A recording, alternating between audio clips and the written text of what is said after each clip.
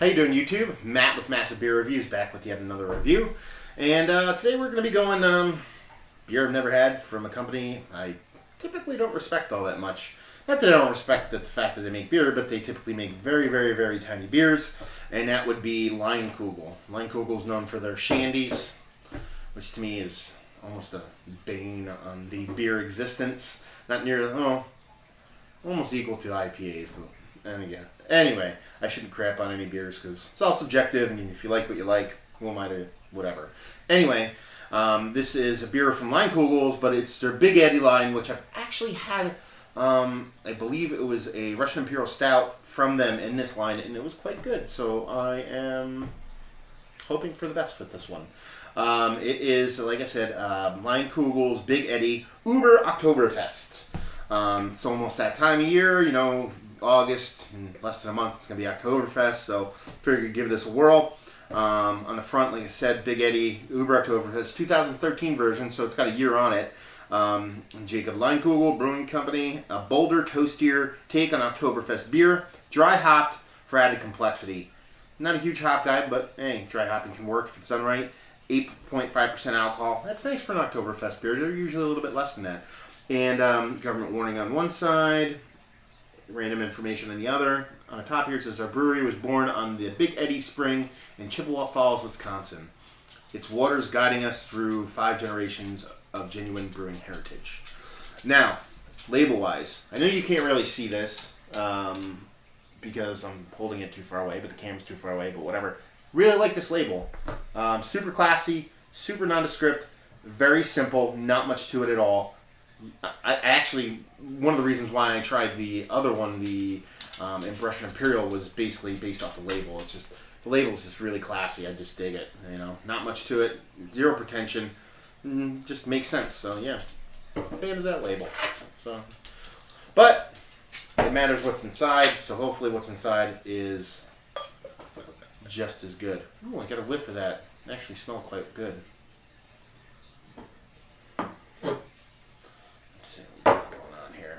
About a finger ahead, receding decently well. Looks like it's got a nice creaminess to it. Receding, while it's receding, that top part is kind of staying there while everything recedes underneath it.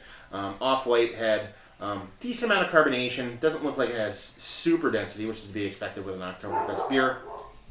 A lot of carbonation and like just a nice goldish, reddish, brownish, somewhere in the middle of all that stuff, color to it. So it looks quite pretty, you know. Yeah. So let's see what she has smell-wise.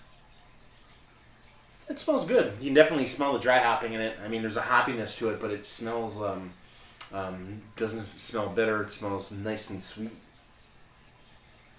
Actually, it smells really good. Lots of hops and definitely some maltiness there.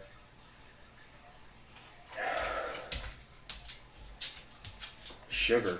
A lot of sugar with that hop. This might be really good beer, based off the nose. So, yeah, it smells quite delicious.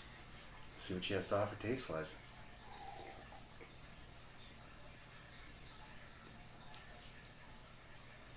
That's a good beer. I'm surprised. I'm gonna tell you what. I had their Imperial, Russian Imperial Stout. Actually, I had one last night. I was at a bar. I had it before, but I had it last night. And I grabbed it, and last night drank it at the bar. I was like, yeah, I really do enjoy this, you know. And I went to a six-pack place, whatever, to-go shop. And I saw this, and I grabbed it, not even paying attention. I saw it and assumed it was the Russian Imperial. So when I get home, when I started unpacking all the beer I got today, I looked at it, I was like, like it's not that, it's an Oktoberfest. I'm like, well, let's hope for the best, you know. And I'm super glad I made the mistake. This is a nice beer.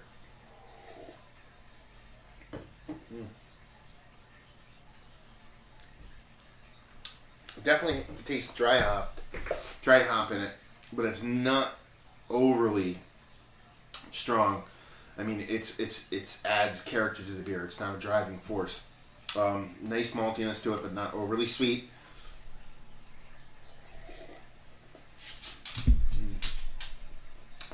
You know, some spiciness to it. Tastes like a pumpkin beer, but if you just stripped away the the typical pumpkin spices from it. Yeah, this is a really nice beer. I mean, it's a perfect complement between maltiness and hoppiness. That just makes it taste really good. I'm actually really surprised. I basically went 2 for 2 on Leinenkugels, which I should be more open-minded to every brewery, but you know, you think of Leinenkugel, you think of a Shandy thing, which is just horrible. So the fact that I've had 2 of these and each one was good, now I'm going to keep an eye out for this line. But yeah, this is a really good beer.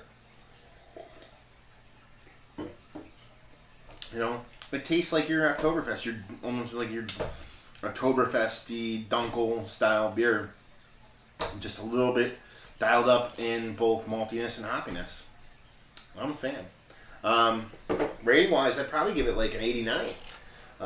Almost a 90. I mean, I might even give it a 90. I don't know. So 89, 90, somewhere right around there. It's a really good beer. I actually enjoy it quite a bit. Availability, hard one to say. I've never seen it before.